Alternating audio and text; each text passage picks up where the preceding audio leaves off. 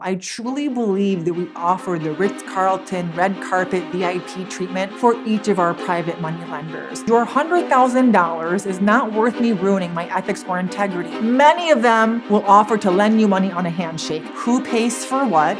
How is everything tracked? If you don't have a bookkeeper, get a bookkeeper. If you are responsible for paying taxes on that interest income.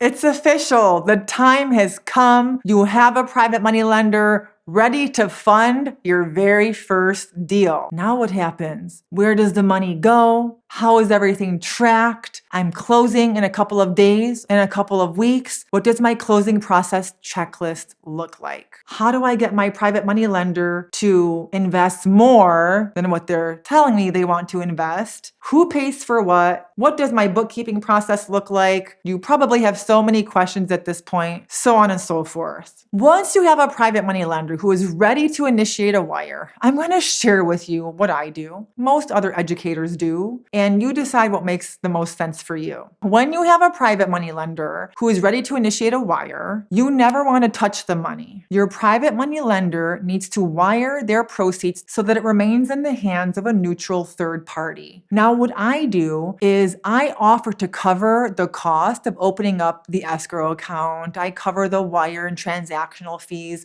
Our job is to make our private money lender's job as easy as possible. I truly believe that we offer the Ritz-Carlton red carpet VIP treatment for each of our private money lenders. When they're ready to initiate a wire, I tell them, hey, this is our title company. Here's how the process works. However, I personally, Amy, I'm telling you this, and I also share this with my private money lender because I'm always on the go. I'm constantly traveling. Sometimes I'm out of the country. I'm doing more than 1 to 2 deals at a time. The way my brain works, I don't want to stress about tracking multiple wires 1 to 2 days prior to closing. So I put an option 2 out there for my private money lenders with zero pressure. And I go on to tell them, I would prefer to control the money. So of course, absolutely, wire the money to title if that makes you the most comfortable. I'm still going to provide you with the promissory note, the recorded mortgage or deed of trust, the insurance certificate. But I prefer that you wire the proceeds to my business bank account. My big name bank is Chase. In return, I will create a separate business checking account where you will have view access only to that account for our property. And this is what I tell each private money lender associated with that same deal. And then again, I over communicate. I'm being real and transparent. What that means, private money lender, is yes, you're wiring, in essence, me the money. It's sitting in my account, even though you have view access only. Does that mean I can take the money and run? Absolutely. But am I going to? No, because your $100,000 is not worth me ruining my ethics or integrity. I just put it out there.